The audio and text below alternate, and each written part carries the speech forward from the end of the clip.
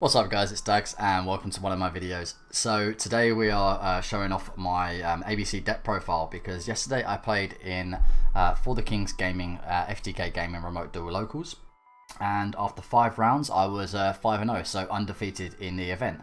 So absolutely brilliant and really happy to be able to show off the deck, and yeah, so it was really good. I'll just get straight into it then. So to start it all off, obviously we play 3A, 3B and 3C.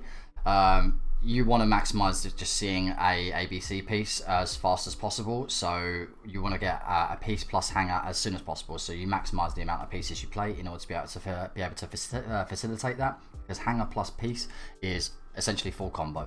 I've seen some people playing less, but I definitely wouldn't play less than 3 of each in your ABC build like this. If you was mixing it with another engine, maybe I would cut 1 of each piece just to lower it down a little bit. But for the pure ABC build, we're playing 3A, 3B and 3C. And continuing on from that, we also play 2 driver. So I play 2. I definitely like 2. I see a lot of people playing 1, and I don't actually agree with 1. The reason why I don't agree with 1 is because you can't equip, if you draw it in hand, you can't equip driver off of hanger. You can only equip from hand off of unauthorized reactivation and from union carrier as well. So yeah, we like to have 2 just in case. So if you draw 1 in hand, it's not too much of an issue. It just means you still got 1 in decks that you can be able to use get it off of hanger instead. As well as that, obviously because it's a union monster, you can add it from grave with A, you can search it from deck with B, and you can also special it from hand with C. So the final thing on it as well is obviously it's a level 5 machine monster, which obviously helps you go into your infinity plays if you get stuck on your Galaxy Soldier for whatever reason. And as we've mentioned Galaxy Soldier already, we do play 3 Galaxy Soldier and 1 Photon Orbital. The Photon Orbital is obviously to equip off of the carrier itself, and it makes Galaxy Soldier searchable. And the reason we play 3 Galaxy Soldier is just to see it more, essentially. It just increases the consistency and being able to see it and hard drawing it, rather than having to go the Photon Orbital play, especially if you're playing into a board. You know, carrier is a very good choke point for the deck if it gets hit. So having this in hand rather than having to go the Photon Orbital play, or even trying to bait a hand trap out with equipping Photon Orbital on the carrier, and then yeah, you've got Galaxy Soldier anyway, so you're making infinity. But yeah, definitely playing 3 and 3 and 1, obviously, because yeah, it's just brilliant. Obviously helps you go into your infinity. As well as that, it's obviously light machines, and yeah, they can, it's just extra extenders and things like that if you can't necessarily go into infinity. The last things I do play in terms of monsters that we utilize are the gadgets. So these are obviously starters, so 2 gold, 2 silver. I don't see a lot of people playing these, but I quite like them. Maybe consider cutting them in the future, dependent, you know, on a bit more testing and things like that. But I've really liked playing 2 and 2 at the moment, because obviously it's not too many normal summons and all that sort of stuff. I know you've got obviously the 3 and 3 pieces, like you've got 9 extra pieces, but with a gadget plus piece and hanger, that leaves you on carrier, IP, buster and infinity, which obviously allows you to be able to use infinity, buster, and then go into like an underworld goddess using your opponent's monster as well. So yeah, I really like this. As well as that, if you ever get stuck or anything, you know, piece in hand, you can normal this, and it is a target for unauthorized reactivation, so you can do that as well. And I mean, if you don't even have that, you can always just, you know, set, and if it gets destroyed, then you can special the other one, and you know, all that sort of stuff to wall up a little bit and maybe defend yourself. But I kind of like these, and obviously they're light machines as well for Galaxy Soldier, so they help facilitate that too. And then going on to hand traps, we play 3 Gamma and 1 Driver. As well as that, we also play 3 Ash. So the Ash is very generically good across the format at the moment, so I think there's no reason to not play Ash. It's just one of the best generically good hand traps overall. But in terms of the Gamma and the Driver, this could be you know, potentially Nibiru and 1 other card or whatever you'd like it to be. The reason why is obviously Gamma is a very impactful hand trap. You know, if you do it at the right time, it can be real good. So yeah, it can be really impactful. As well as that, they're light targets, so you can link them off and go into your your Union carrier. You can even discard them off the Galaxy Soldiers as well. So that's it's not a bad thing if you do draw them, and you know they might be dead after if you've already summoned a monster and all that sort of stuff. But yeah, real nice, and I quite like the Gamma package, to be honest. In this, as I said, they're lights and they help with the Galaxy Soldier play as well. As well as that, with the Gamma package, Hanger seems to be very much a target that people try and Ash a lot. because they just don't want you to get a piece. Because if you haven't got a piece in hand, you activate Hanger, they think, oh, you're going to get one, so they ash it quite a lot, and I mean a lot. So if they ash your Hanger, Gamma, and then you've got yourself a free Union carrier on top of all your other plays as well. So yeah, Gamma, I really rate Gamma. Moving on to the spells then. So we play 3 Union Hanger, and of course the 1 Terraforming. And that's just to be able to see this as much as possible. I see that some people play set rotation, and I am considering that package, just the set rotation, just to be able to get, you know, an additional way to seeing the Hanger. So it's something that I will test out, of course. But yeah, you've obviously got 4 hangers, and then, well, obviously you've got 7 hangers if you actually include the free unauthorized reactivation as well. So obviously Hanger's one of the best things that you want to see, but unauthorized reactivation is a great addition to the deck as well. So when this did get released, obviously it can be used as a pseudo Hanger essentially. So yeah, it can, you know, get a driver or a piece or anything like that and basically do it that way. But it can also really be used as a utility card, which I really love. You know, your opponent targets one of your monsters like your Buster or Infinity, you chain out unauthorized reactivation, whatever type of card they've targeted with, then you equip the appropriate monster for the ABCs. Obviously, A, if it's a monster effects, B, if it's spells effects, and C, if it's trap effects, because obviously when they're equipped to something, they make that specific thing immune to that type of card, and immunity absolutely amazing. So yeah, that it really helps. It's a really good way to counteract your opponent's things. So it's good as a utility card as well as an extender if you already have the Hanger. And then continuing on for the other spells, we play 2 Prosp and 1 Desires. This 100% would be a 3rd Prosp, and I mean 100% will be. Basically, I've managed to only just purchase one today, so I haven't actually got it yet. So I did play 2 Prosp, 1 Desires. Sometimes I sided this out basically because I don't like Desires in this deck, but I figured I needed more draw basically, because before I had the Prosp, I was playing 3 Desires, which obviously banishing your pieces is not the best thing to do. So yeah, when I do receive the 3rd Prosp, it will be 3 Prosp. But yeah, if you obviously can't afford Prosp, Desires is an option. Just be very wary of banishing 3 of the same piece. I've done it many times, many times. So yeah, very good. Prosp is a massively brilliant addition to the deck. You know, digging deep and being able to search for your Hanger or an unauthorized reactivation to be able to make combo.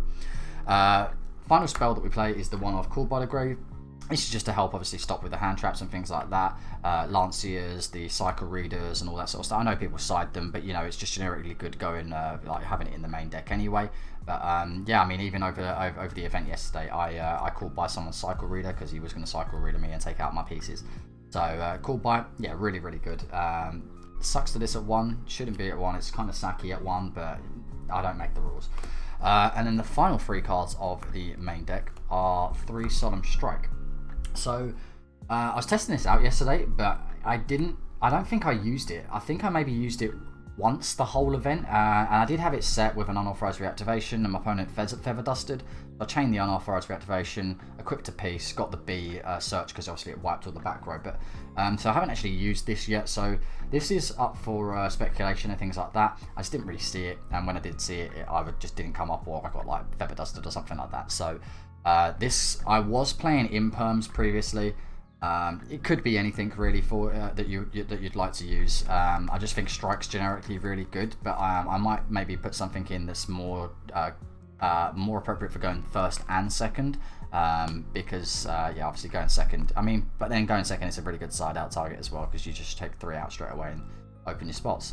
So yeah, that is the main deck. It is a 40 card deck. We will move on to the extra deck.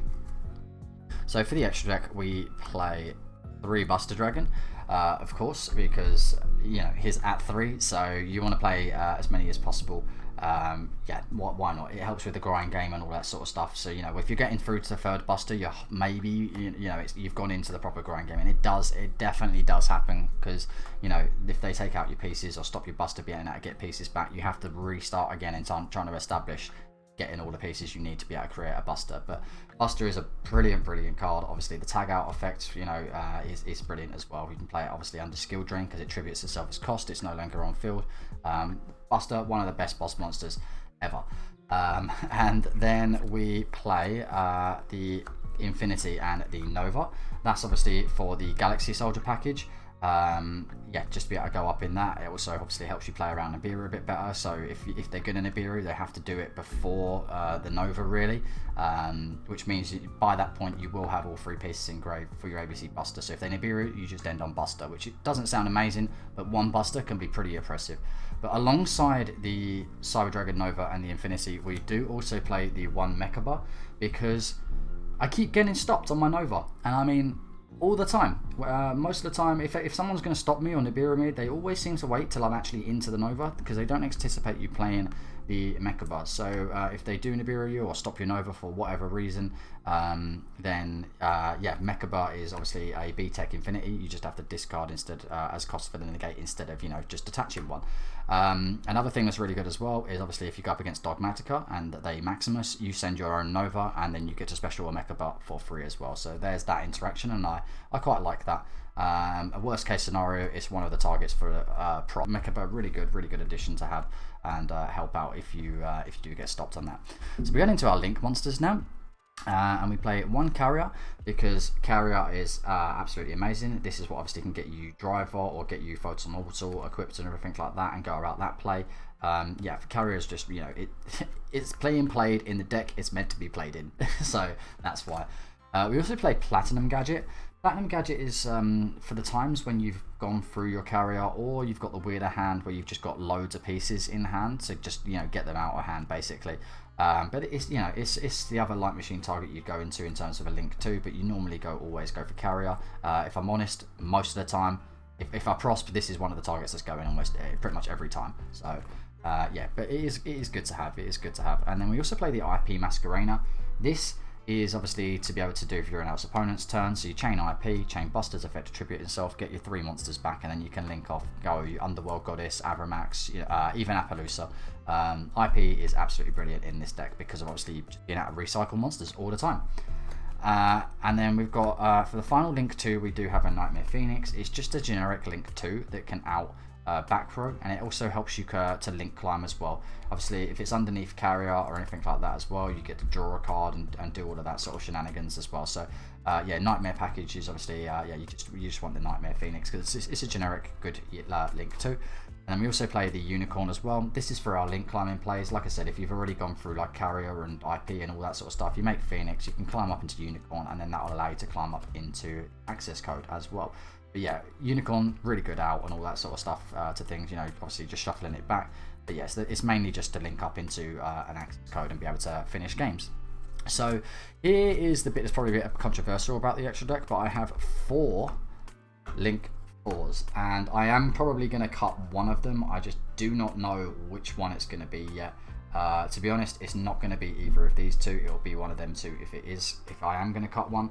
I know 4 seems quite excessive, but there is good reason for it. So the Underworld Goddess is simply because we use the IP and the Buster, and we can link away the opponent's monster. And obviously, if it's made with IP as well, it can't also be destroyed by card effects. And obviously, Underworld Goddess's natural effect is that it's only affected if the thing targets it, which yeah, it makes it a difficult thing to out. But Underworld's real good. Obviously, yeah, that's essentially what your main thing is, to go in with IP if you can. Access codes obviously just to finish games, close out games. There's nothing more that could be said about that. You don't make it with IP, obviously. I mean, unless it's during your turn, but you know, you don't make it with IP during your opponent's turn. But access code is literally just to close out games. So these 2, like I said, they're up for speculation on as to what you can do.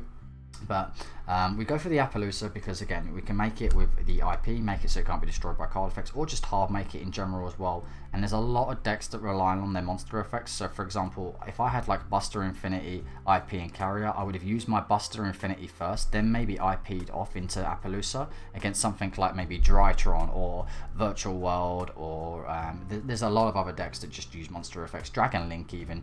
So, you know, the fact that it's you know, not once per turn, you can get yourself an easily 4 negate Appaloosa if you need to. So yeah, it is good to have. I don't make it as much as I would like to, but it's whether or not I do want to cut it or not. And the last spot, of course, is the Avramax, and Avramax is just another difficult customer for people to get over, like Underworld Goddess. Obviously, Avramax costs a lot less to make, because you could literally just use your IP and your carrier that you're on field to make an Avramax. So there's always that to be able to do, and it's very, very difficult for people to out, especially if it can't be destroyed by card effects through IP, and obviously it can't be targeted because of Avramax's natural effect. So for some decks, this is a really difficult difficult thing to try and out if they're not expecting it. But again, there's a couple of flex plots in there probably for the extra deck, but that's up for speculation and just for playing about with. But this is what I used yesterday for the side deck then. So we play 3 Nibiru. Nibiru is just really good against quite a few different decks, you know, especially if they're not expecting it as well. Just completely, you know, stops decks sometimes if they're really overconfident and overextend. As well as that, it is a light target as well. So if you're siding out the Gamma for whatever other reason and Nibiru is good, you can side that in and you still balance out on your light targets essentially. And then we also play 3 Droll. This is for Drytron and like Dragon Link and things like that. There's obviously a lot of decks that do add and it just shuts them down. Even Virtual World, it can hit, not as impactful as it does with other decks, but you know, Droll is just generically good, and I think it's much needed, especially with this deck, because it can struggle with certain things, you know, that do, you know, like the Dragon Link, like the Drytron. So it just slows them in their tracks a little bit and helps you capitalize and be able to come back from that. And then continuing on, we also play the 1 Pancratops. Pancratops is just generic good. And then I also play 3 Dark Ruler Alone More. This is to break all them combo boards, and basically, because you can break boards in this by obviously like link climbing, going into your pieces, you know, using your pieces to go into like your nightmares and things like that, and then access code. You know, obviously you can't kill on that turn because of Dark Ruler, but maybe not access code, but you know, you can break boards and set yourself up essentially, which is very, very doable in this deck to be able to do. We also play the 1 Feather Duster. It just doubts back row decks. It's the brilliant one of Saki, but you know, it is what it is. We play 1 Reboot as well. And then the final 3 cards I play in my side deck are Evenly Matched as well. Evenly Matched is just a great blowout card. Once again, it's the same sort of thing. Blow out their board and then set up your board and try and control the game from there with your Buster and Infinity. But that is basically it in terms of the actual deck profile. Obviously 40 card main deck, 15 side, 15 extra. The only other thing I would like to add as well is obviously my matchups. So I'll go over my matchups. My matchups, round 1 I played against Lich. Round 2 I played against Dinos. Round 3 I played against PK. Round 4 I played against Dragon Link. And round 5 I played against Invoked Tenyi. So not exactly loads of meta in there. Dragon Link and Lich are the more key names that stand out a little bit there. The Dinos and the PK more of the rogue sort of variety. But yeah, really good event, and I really enjoyed it. I will be making some changes with the deck going forward. Other than that, guys, thank you very much for watching the video. I can put up a couple of combo videos if that is wanted, but I'm also planning to put up a couple of my matches from Twitch that I streamed obviously on Twitch yesterday, up on YouTube as well for anybody that does want to watch that. So keep a lookout for them in the next couple of days or so. And I also am live on Twitch next on Friday the 12th of March at 18:30 GMT, so that's UK time. So yeah, if you want to come over, I look forward to seeing you. Other than that, if you like the video, please leave a like, and yeah, I'll see you next time. Thank you very much.